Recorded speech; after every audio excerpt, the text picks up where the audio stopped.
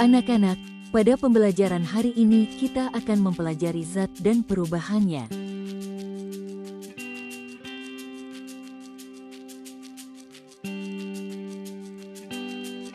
Pernahkah kalian memperhatikan es batu yang mencair, gula yang larut dalam air, besi yang berkarat?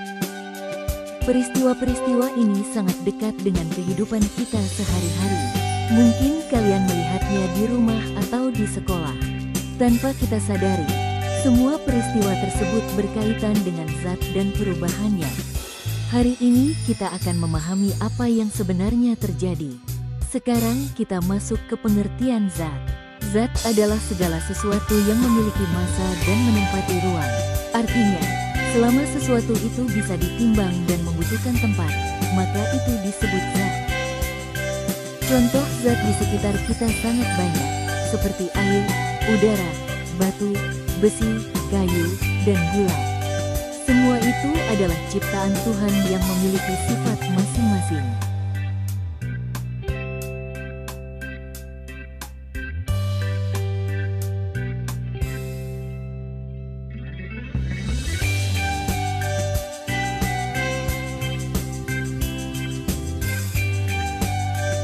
Zat dapat kita temukan dalam beberapa wujud. Zat padat, contohnya batu dan kayu. Zat cair, contohnya air dan minyak. Zat gas, contohnya udara. Perbedaan wujud ini memengaruhi bagaimana zat tersebut digunakan dalam kehidupan sehari-hari. Setiap zat memiliki sifat. Sifat zat adalah ciri khas suatu zat yang dapat diamati atau diuji. Melalui sifat inilah kita bisa membedakan satu zat dengan zat lainnya. Sifat zat dibedakan menjadi dua, yaitu satu sifat fisika, sifat kimia.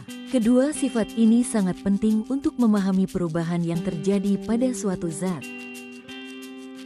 Sifat fisika adalah sifat yang dapat diamati tanpa mengubah zat menjadi zat baru. Contohnya, warna, bentuk, wujud, bau, dan kelarutan. Misalnya, es yang mencair menjadi air. Zatnya tetap air, hanya wujudnya saja yang berubah. Berbeda dengan sifat fisika, sifat kimia berkaitan dengan kemampuan zat mengalami reaksi dan membentuk zat baru. Contohnya, mudah terbakar, berkarat, atau membusuk. Ketika besi berkarat atau kertas dibakar, zat asalnya sudah berubah dan tidak bisa kembali seperti semula.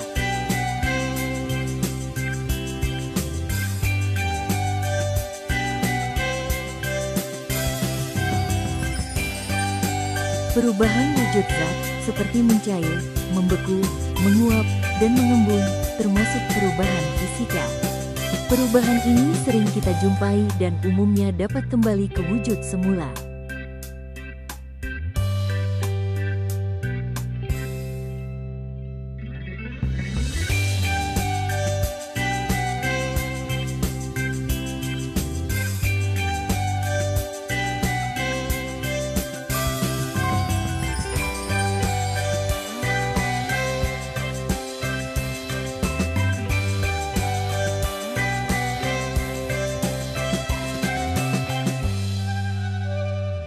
Anak-anak, setiap hari kita melihat berbagai perubahan di sekitar kita.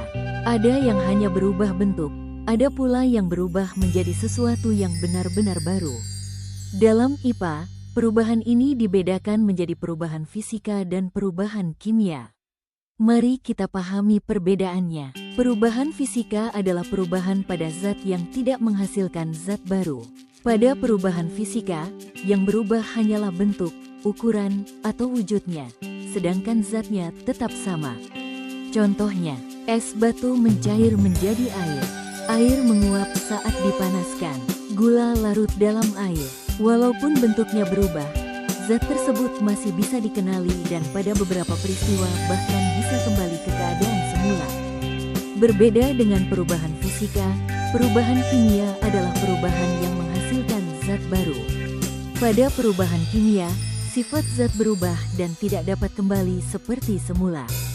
Contohnya, kertas dibakar menjadi abu, besi berkarat, makanan yang membusuk. Zat yang terbentuk memiliki sifat berbeda dari zat asalnya. Cara paling mudah membedakan perubahan fisika dan kimia adalah dengan menanyakan, apakah terbentuk zat baru? Jika tidak terbentuk zat baru, itu perubahan fisika. Jika terbentuk zat baru, itu perubahan kimia. Sekarang kita akan melakukan pengamatan sederhana.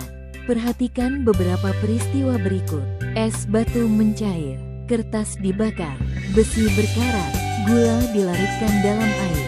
Amati dengan teliti, diskusikan bersama kelompok, lalu tentukan apakah terbentuk zat baru atau tidak. Perhatikan baik-baik setiap percobaan yang kita lakukan. Jangan terburu-buru menyimpulkan. Tugas kalian adalah mengamati dengan teliti, mencatat apa yang berubah, dan mendiskusikannya dengan teman satu kelompok. Pada percobaan es batu mencair, coba amati wujudnya sebelum dan sesudah. Apakah zatnya berubah atau hanya bentuknya saja?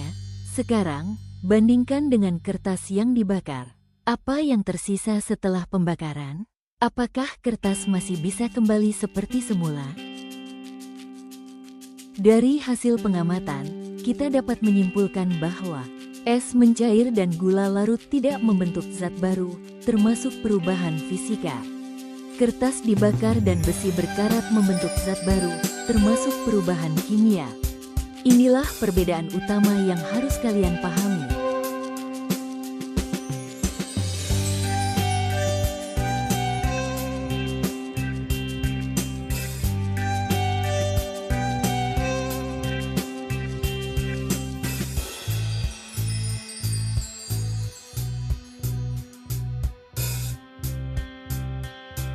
Anak-anak, mari kita renungkan sebentar. Allah menciptakan setiap zat dengan sifat yang berbeda-beda agar bisa dimanfaatkan sesuai fungsinya. Tidak ada ciptaannya yang sia-sia. Melalui kegiatan pengamatan hari ini, kalian belajar mengamati dengan teliti, berpikir, dan menyimpulkan. Itulah bentuk penalaran kritis. Kalian juga belajar mandiri, melakukan percobaan sendiri dan bertanggung jawab. Semakin kita memahami alam, seharusnya kita semakin bersyukur kepada Allah dan menggunakan zat dengan bijak tanpa merusak lingkungan.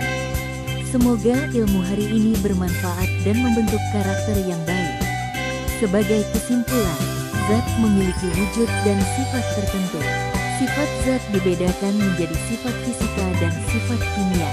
Perubahan fisika tidak menghasilkan zat baru.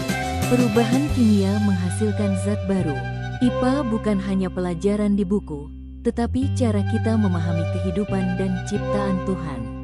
Semoga pembelajaran hari ini bermanfaat dan menambah rasa ingin tahu kalian.